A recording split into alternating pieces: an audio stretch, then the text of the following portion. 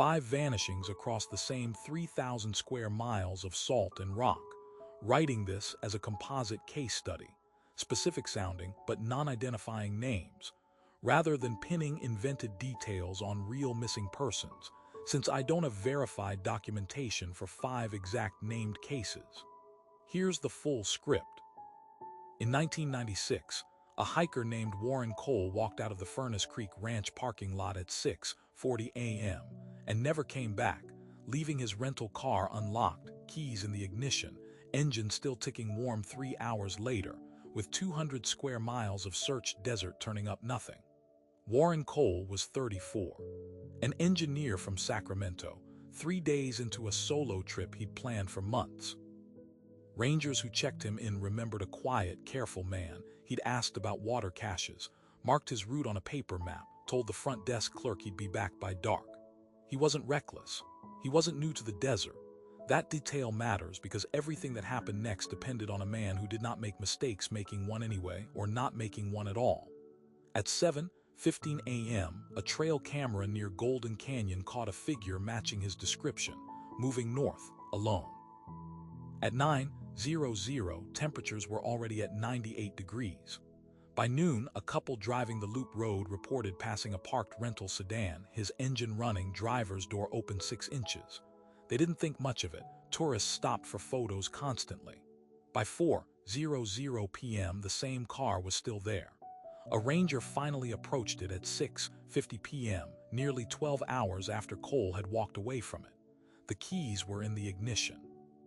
A half-full water bottle sat in the cup holder, condensation still on the glass. The first search launched within the hour. Dogs, then a helicopter at first light. They worked outward from the car in a spiral, standard protocol, covering 4 miles in every direction by the second day. Nothing. No footprints past the gravel shoulder of the parking area. The surface there doesn't hold a print, but trackers expected to pick up his trail within 100 yards once he hit softer ground. They never did. No clothing fibers on the scrub brush. No disturbed rock. Cadaver dogs brought in on day 4 as a precaution gave no alert anywhere within the search radius. By day 9, searchers had covered 11 square miles on foot and dropped it to intermittent flights. Nothing came back. Not a shoe. Not a scrap of the blue jacket he'd been wearing. In a landscape with almost no vegetation to hide a body, that absence was the loudest part of the file.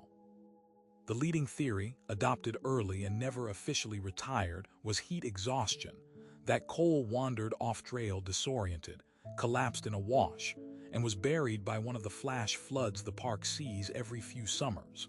It fit the timeline. It fit the season.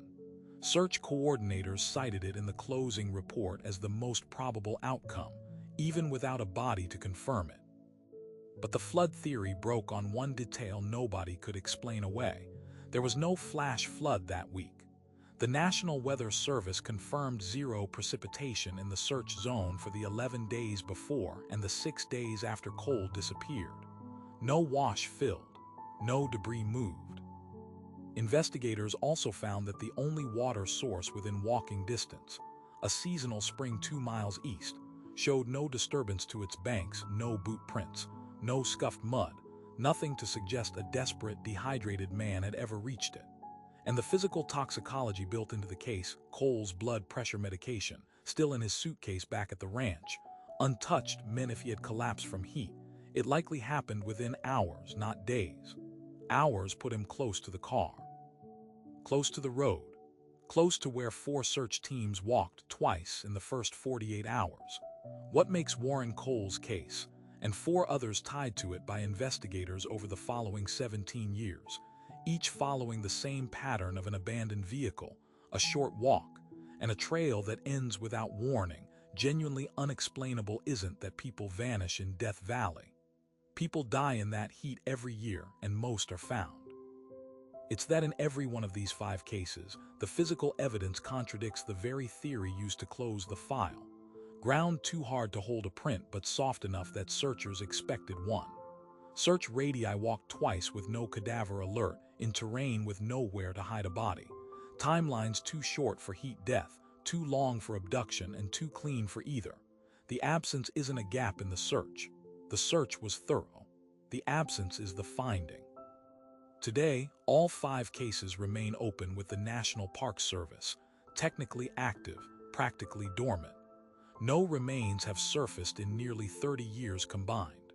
No revised theory has replaced the ones the evidence already ruled out.